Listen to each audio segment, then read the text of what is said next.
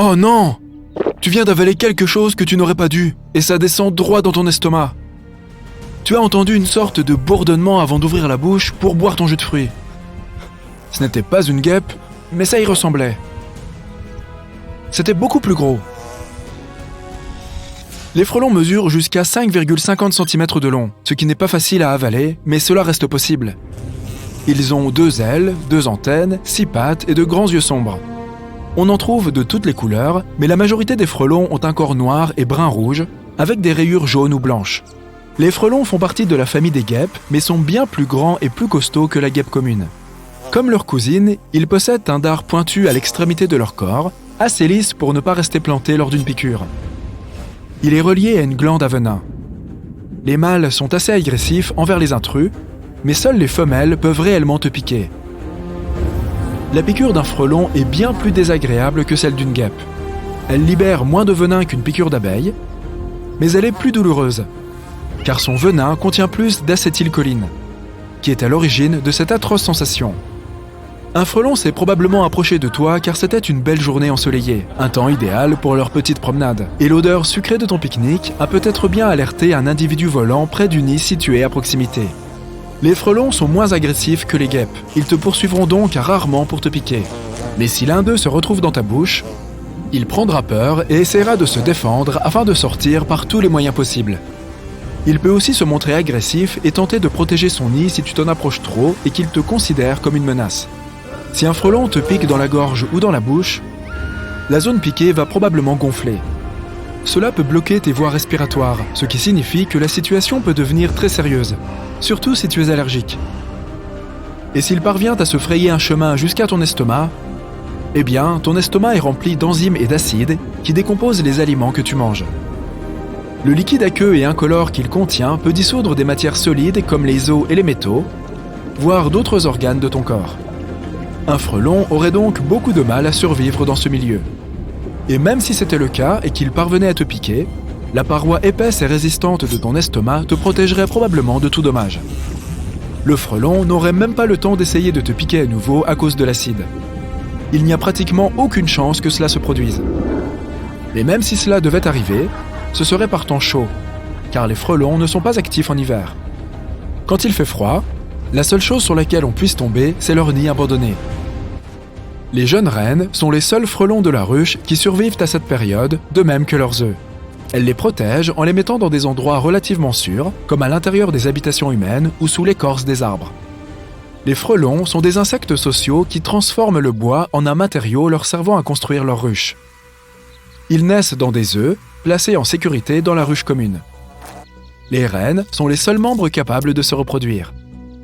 Les autres femelles s'occupent des tâches comme la collecte de nourriture, la construction de la ruche, la protection de la colonie et l'alimentation des larves. La vie des frelons débute au printemps, quand les premières ouvrières nées commencent à s'affairer autour de la ruche. Les frelons se nourrissent de sève d'arbres, mais ils s'attaquent aussi aux abeilles, aux mouches et aux autres insectes. Ils nichent dans des endroits relativement élevés, comme la cime des arbres ou sous les toits. C'est plus discret et cela leur permet de mener une vie relativement paisible. S'ils décident de nicher près du sol, ils chercheront des zones abandonnées, comme des champs ou des terriers, là où personne ne viendra les déranger. Ils n'utilisent leur nid qu'une seule année et n'y reviennent jamais. Les reines hibernent ailleurs jusqu'à ce qu'elles choisissent un nouvel emplacement pour leur ruche au printemps. Les abeilles sont des cousines éloignées des guêpes et des frelons. Elles ont évolué à partir d'anciennes guêpes prédatrices, mais leur arbre généalogique s'est séparé il y a plus de 100 millions d'années. Ces anciennes guêpes ressemblaient beaucoup aux abeilles. Elles collectaient la nourriture pour leur progéniture et construisaient des nids qu'elles défendaient dès que c'était nécessaire. Les abeilles ne sont pas des prédatrices. Elles sont végétariennes et se nourrissent principalement de fleurs. Mais leurs ancêtres étaient carnivores, tout comme les guêpes actuelles. Elles piquaient et paralysaient d'autres insectes pour les ramener au nid. Les guêpes solitaires utilisent aussi leur dard pour se défendre des prédateurs, tandis que les abeilles et les guêpes sociales l'utilisent juste pour défendre leur nid. Les abeilles piquent parfois d'autres abeilles qu'elles considèrent comme un danger potentiel. Des gardiennes restent à l'entrée et reniflent toutes les abeilles qui tentent de pénétrer à l'intérieur. Si une abeille venue d'une autre ruche tente de venir leur voler du nectar, une gardienne la mordra et la piquera si nécessaire. Les abeilles sont généralement moins agressives que les guêpes, déjà en raison de leur nature pacifique et non prédatrice. Mais en plus, elles meurent après avoir piqué. Elles ne piquent donc qu'en dernier recours, particulièrement lorsqu'il s'agit de protéger la ruche. Les abeilles ont de petits crochets sur leur dard, de sorte qu'elles le perdent lorsqu'elles piquent. Elles ne survivent pas à ce geste car leur dard s'arrache après avoir percé la peau humaine, leur faisant perdre des muscles importants, des organes digestifs et leurs glandes à venin. Elles se retrouvent donc avec un trou béant dans l'abdomen. Une abeille pourrait techniquement survivre après avoir piqué quelqu'un, mais la peau des mammifères est trop fibreuse et elle empêche le dard de ressortir. Du coup, lorsqu'une abeille tente de s'échapper, il est déjà trop tard. Certaines abeilles peuvent néanmoins y survivre et elles peuvent donc te piquer plusieurs fois. Ce sont les reines. Elles quittent rarement leur nid, mais ça peut arriver. La reine peut vivre jusqu'à 5 ans et au top de sa forme, elle peut pondre jusqu'à 2000 œufs par jour. Les abeilles ont 5 yeux, 2 à l'avant et 3 sur le dessus de leur tête. Elles ont même des poils sur les yeux qui les aident à déterminer leur vitesse de vol et la direction du vent. Elles sont très douées pour s'orienter. Imagine que tu traverses un pays sans la moindre route. C'est impensable, mais pas pour une abeille. Elles utilisent des sortes de chemins pour insectes qui traversent nos villes et nos campagnes.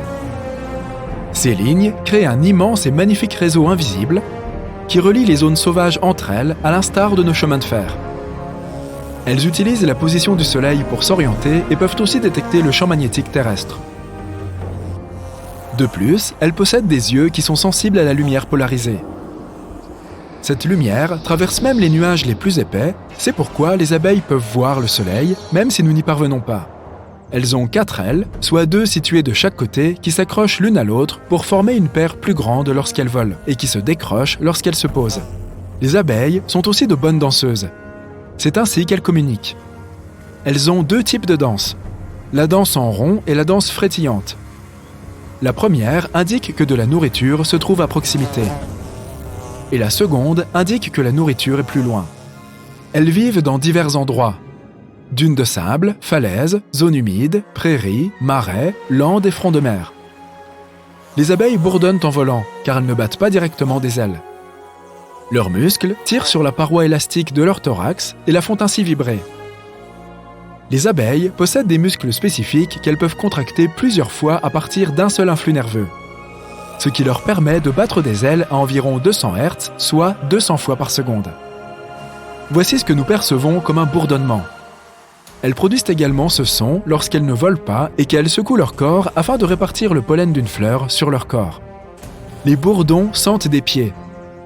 Ils laissent une empreinte olfactive sur les fleurs où ils se posent.